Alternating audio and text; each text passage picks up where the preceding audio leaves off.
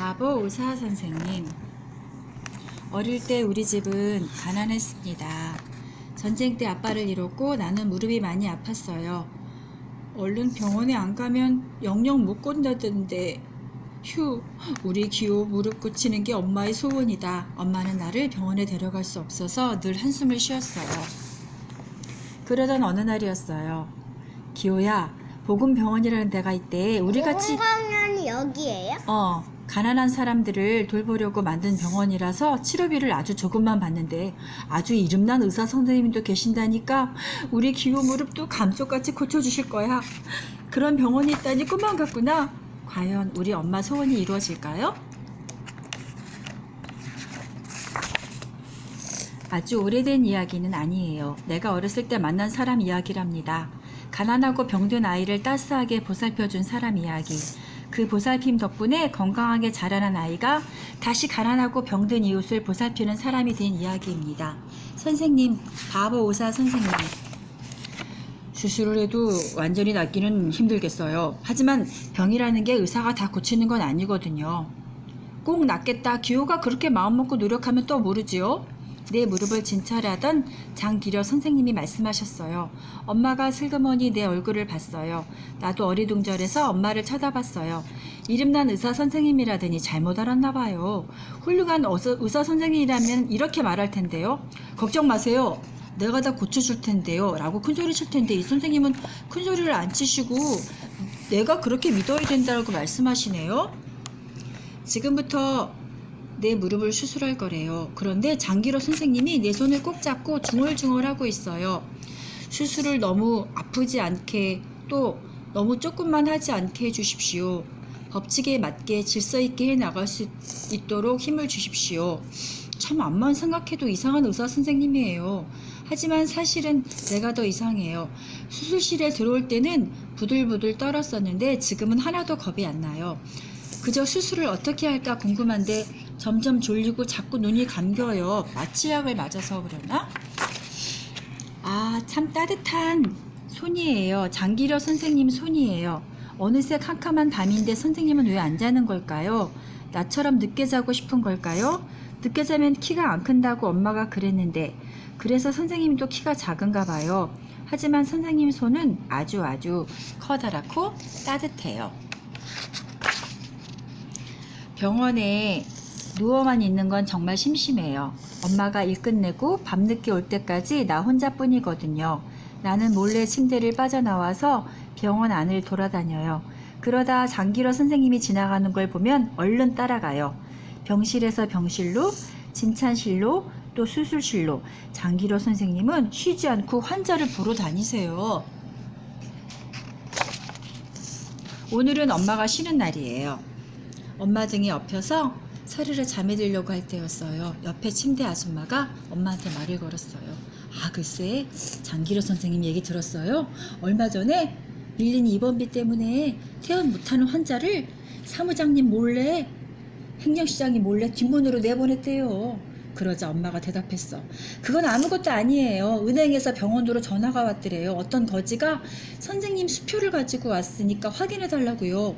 틀림없이 훔치거나 주운 거라고 생각했는데 세상에 장기로 선생님이 자기 월급 받은 걸 그 거지한테 통째로 다 줬대요. 남한테는 그렇게 베풀면서 선생님 가운은 선생님 옷은 다 찢어졌대요.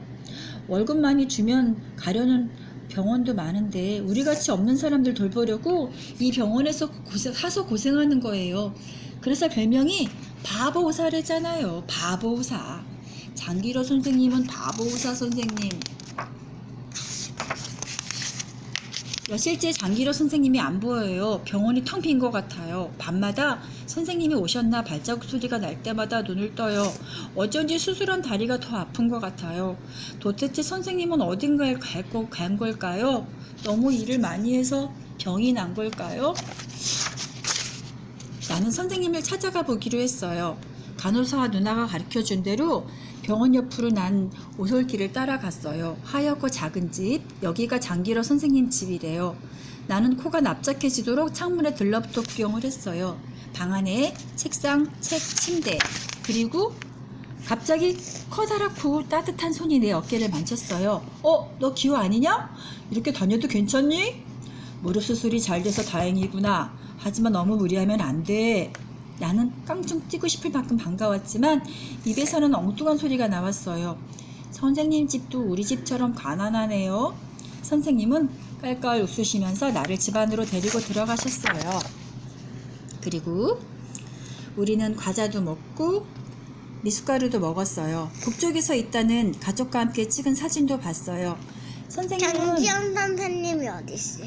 장기려 선생님. 여기. 여기서 가족이니까 누굴까? 가족이니까 이분일 것 같아. 그치? 왜냐면 여긴 아빠, 할아버지, 또 부인, 아이들일 것 같아. 선생님은 혼자 살아요? 그러면 심심하겠다. 나도 혼자 집 보면 심심한데 내가 묻자 선생님이 말했어요. 그럴 때면 북쪽에 있는 나의 가족들 사진을 보면서 이야기를 하지. 와, 나하고 똑같으네. 나도 돌아가신 우리 아빠랑 사진으로 얘기하는데. 코 닦어. 선생님도 나처럼 사진을 보고 얘기한다니 신기했어요. 기호 같은 꼬마를 보면 우리 아들 생각이 많이 나. 병원에 오는 환자들도 모두 가족처럼 여겨진단다. 내가 환자들을 정성껏 돌보면 이쪽에 우리 가족들도 누군가 돌봐주겠지 하는 생각이 들어서 말이야. 커다란 손으로 내 머리를 쓰다듬으면서 선생님이 말씀하셨어. 그런데 선생님 어디 갔다 왔어요? 의사가 없는 마을에 가서 사람들을 치료하고 왔단다. 병원이 없어서 치료도 못 받는 사람들이 많거든. 나는 갑자기 궁금해졌어요. 선생님, 어릴 때부터 의사가 되고 싶었어요? 그래, 의사가 되고 싶었지.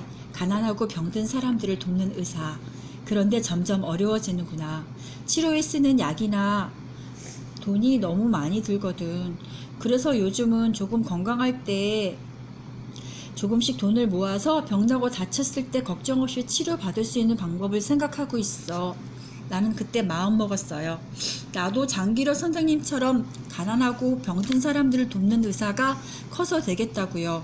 그리고 선생님 같은 바보 의사가 되겠다고요. 그리고 그날 마음 먹은 대로 나는 의사가 되었어요.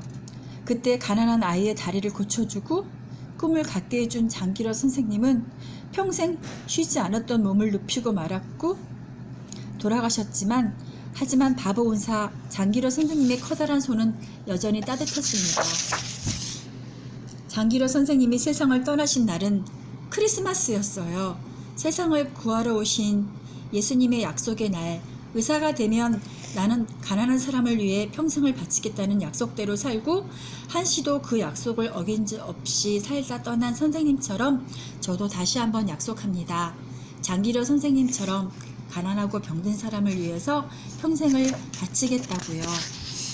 세상 어디서나 가난하고 병든 사람이 있고 세상 어디서나 그들을 무료로 보살피는 따뜻한 손길이 있고요. 가난하고 병든 사람들에게 남김없이 자기를 바친 사람, 그 사람처럼 살아가는 이야기는 오늘도 그 선생님의 뒤를 이어서 이어지고 있습니다. 바로 이 선생님. 지금까지 내가 여러 사람들과 뜻을 모아 복음병원, 청십자 의료보험, 청십자 병원들을 창설할 수 있었던 것은 물론 신앙의 힘이었으나 마음속 깊이 가족에 대한 간절한 사랑이 있었음을 고백하지 않을 수 없습니다. 내가 불쌍한 이웃을 위해 일하는 만큼 북에 남겨두고 온 아내와 아이들도 누군가의 도움을 받게 되리라고 나는 믿었습니다. 장기려 선생님이 이렇게 말씀하셨어. 이건 뭐예요? 이거는 부산 청도에서 개원한 천막병원이야. 병원이 없어서 천막을 쳤어. 텐트를.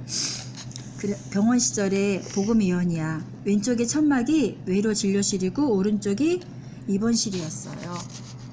이렇게 선생님은 모든 사람들을 돌봐줬고 그때 이 선생님이 치료해준 아이들이 이렇게 많은 아이들이 다 커서 또 의사가 되었고 이거는 북한에 두고 온 사진 가족들 이 사진을 보면서 다른 사람들을 돌봐주시면서 외로움을 달랬던 선생님의 가족 사진이에요. 끝.